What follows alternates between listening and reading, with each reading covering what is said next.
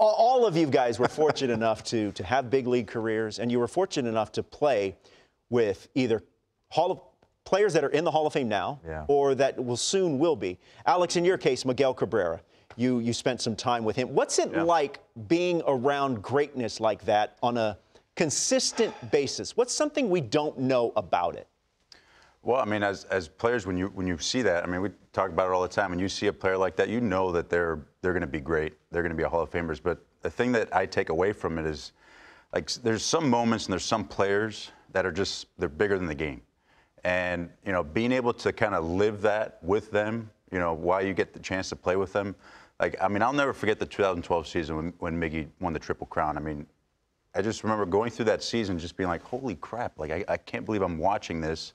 And, you know, seeing a player, you know, do what he's doing on the field. And you recognize that and you appreciate the fact that you can enjoy that as well. And X, when major leaguers, veterans, are taken aback by something, I mean, some of the most jaded people, I mean, they've seen just about everything. But when you guys are taken aback by someone, that's saying something. It's special because you get to see somebody go about their work. And I think that's one of the things that separates them is the detail within their work. I think about coming up and Albert Pujols being a guy that I'm watching constantly every single day in the cage, coming over to the backfields while I'm in the minor leagues, working with first baseman. He doesn't have to do that type of stuff, but he knows it's going to help him in the long run as well. Same thing with Yadier Molina. When I got into that clubhouse with the St. Louis Cardinals, it's like, why is this guy at the field at 11 a.m. studying what the other base runners are doing at first base so he can have a little bit of an advantage as to how he's going to throw a guy out or backpick a guy? So I'm like, it's the attention to detail that I see every day.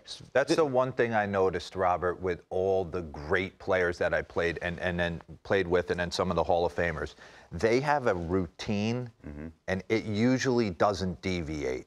I'll try different things. I'll eat different things. I'll come to the yard different ways. I'll try. Chipper Jones, I could tell you exactly where he's going to be by the clock before the game. Well, you bring up Chipper Jones. What is the best piece of advice he ever gave you? Let me tell you what I think it is, because I've heard you say this numerous times. When he says you're not really a member of this team until you've helped us win a game, until you get a knock that helps us. He was brutally honest. He told me when I was in Chicago, when he was leading off second base, he goes, I'm so proud of you, because when you first showed up in spring training, I didn't see this play. And I didn't take it as a dig. I took it as I was so proud that Chipper thought, hey, he took notice. He thinks I'm a big leaguer now, right? I always think for Chipper, he was a guy that wanted, and I mean this wholeheartedly, he wanted every fan in that ballpark to get in their car and drive home and say Chipper Jones is the best player on that field. Every night. So he had a killer mentality. Physically, he didn't do a ton pregame. He was more in the video room formulating a plan.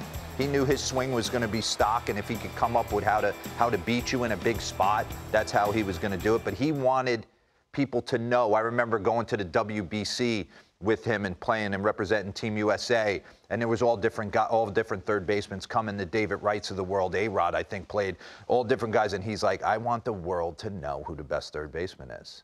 Regardless. On the flip side, you got guys like Smoltzy, right? Most competitive guy I've ever played with. He didn't want you to win in cards. He didn't want you to win in ping pong.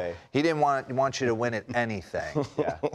Tom Glavine and Greg Maddux, they had like this rivalry within each other. Maddux was probably the smartest player I've ever been around. Just to watch him just surgically take apart lineups. Alex, what about you? Best piece of advice? Well, I mean, going through all these guys, I mean, none of these guys lacked any confidence. And, like, when I think back of some of my conversations with Miggy, I'll never forget, like, I think it was my second year in the big leagues, and I was talking about this last night on MLB Tonight. He pulls me aside. We're on a road trip in the back of the plane, and he goes, you know, everybody keeps asking me, you know, what makes me so good? How can I be this good? I said, it's not about my swing or anything like that. It's confidence. He goes, I just believe that I can do it. And none of those guys ever had an issue with confidence. And I'm thinking about it, I'm like, well, every big leaguer has confidence, but there's just another level to where even on those days where you might have an 0 for 4 or you're struggling on the mound or something like that, they believe so much in themselves and what they're able to do. And not only their preparation adds to that, but that next day, they're going to be right back on track. And, you know, most big leaguers have that confidence in stretches, you know, kind of when you're going really good. You know, you feel like you can't do anything wrong, but then sometimes you lose and you're trying to search it again. Those guys don't end up ever losing it. X, for people that are watching, for kids or maybe parents who have young ball players, what advice would you give them if they want to aspire to reach the ultimate heights that these players have reached? Yeah, I think even hearing this from Pujols and Yadier Molina, just continuing to figure out what your weaknesses are and go after those and make those your strengths.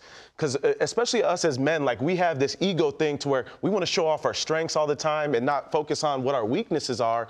And I think if we figure out what our weaknesses are and continue to go after those every single day and make those better, then you're talking about being more consistent, whether it be hitting, defense, pitching, whatever it may be. You become a better all-around player. I think talking to Albert Pujols before also is a mentality. You mentioned the confidence, like a mentality of somebody's trying to take my job. Like, somebody's coming after what I have already. And I think that was, hearing that specifically from him, somebody that Hall of Famer, right? First ballot, like, knowing that he goes into spring training every year trying to focus on, hey, somebody's trying to take my job. Somebody wants it. And he would go talk to the minor leaguers a lot of times and say, hey, you guys all have great futures, but I'm not going to let any of you take my job. I'll tell you that right now. That's how competitive he was about his work. Yeah, the talent of a Hall of Famer and the drive of the last guy on the roster, that seems to be, D-Row, the secret sauce. It's funny. I think sometimes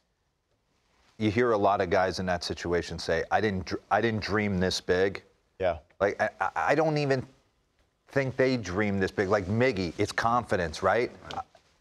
I had confidence. Right. That's you had confidence. You had confidence. There's a whole nother level of consistency. Well, you've all and played. Being able to carry a franchise every night. I never knew that pressure. Yeah. And that was always, I had a ton of respect for that. You guys all played with Hall of Famers. You might have played with, on your last stop, a future Hall of Famer in Juan Soto. I've played with a few. You definitely played with a few.